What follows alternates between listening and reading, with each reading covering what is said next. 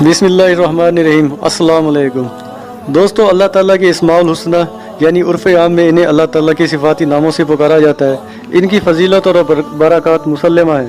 हदीस शरीफ में है, रसूलुल्लाह सल्लल्लाहु अलैहि वसल्लम फरमाते हैं कि अल्लाह के एक कम 100 नाम है यानी 99 नाम है।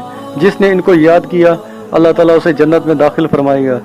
लिहाजा हमें अपने तमाम मामलात, मुश्किलात, मसाइल, बीमारियों और हर तरह की तकालीफ में अल्लाह तबारक व तआला के इन इस्माए मुबारक से रुजू करके इस्तिआनत तलब करनी चाहिए और हमेशा अपने ईमान की हिफाजत करनी चाहिए।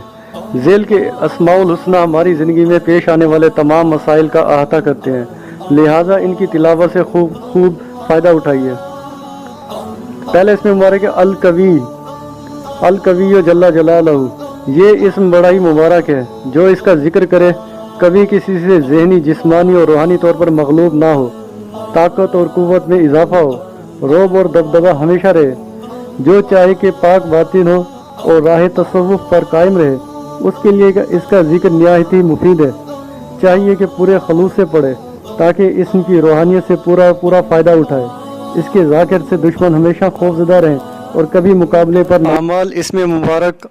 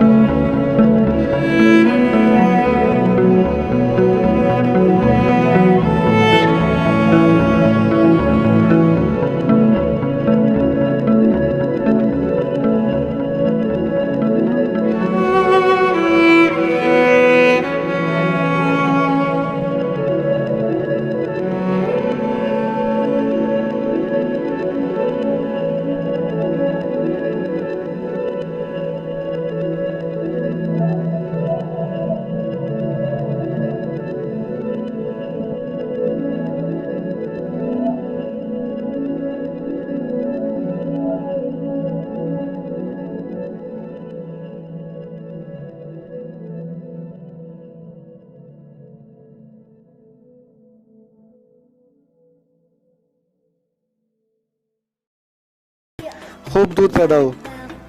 जो शख्स इसमें पाक मतीन का बाकसरत जिक्र करेगा उसका ज़ौफ़ जाता रहेगा, कोई काम कितना ही सख्त हो उसको मुश्किल ना होगा।